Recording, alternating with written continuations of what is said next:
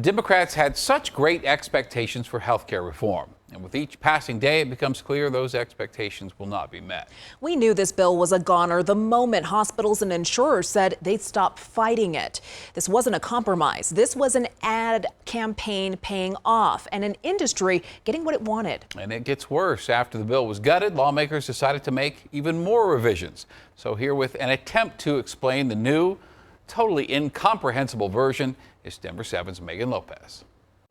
If there's one word to describe the effort to lower medical insurance costs in Colorado through a public option bill, it's confusing. Confusing for lawmakers. I'm not even sure what to say because this has been a difficult bill to keep up with because we've made a lot of changes. Confusing for businesses. Everybody has questions about what this will look like. Even confusing for healthcare experts. It's trying to bottle lightning and the way it changes so much. Confusing because of the broad change it promises and all the changes the bill itself has undergone. This is a big shift that was worked on as over a period of 2 months. Dozens of amendments proposed, many failed, but some passed, including a complete rewrite. This is a completely different bill, a completely different concept than what was introduced. The biggest change, this bill really isn't a public option. Instead of the government setting up its own health insurance to compete for lower prices, private insurers would run it. It just introduces a lot more complexity into this already complex system we have in America. Joe Hannell from the Colorado Health Institute says this latest iteration of the bill is more complicated now, but less of a departure from our current healthcare system, which in itself is plenty confusing. It's less disruptive to the way the system is right now, but it still really looks to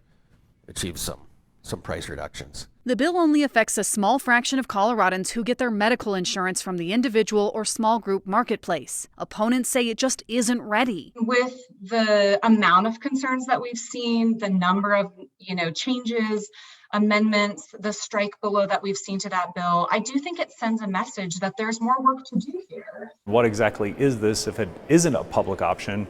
And realistically, how is it going to save our citizens any money? In a committee hearing Wednesday, even fellow Democrats had their doubts. I really appreciate the merit and the intent of this bill, but I really do believe that it's sending the wrong message at the wrong time. And I still feel like we have a lot of work to do. Still, bill sponsors say this will accomplish its goal, just with a different approach. The Colorado option will decrease costs by 18% in the individual and small group market over a 3-year period, while making sure that those counties that don't have healthcare options, that we put another insurance option out there for people to choose from. Megan Lopez, Denver 7.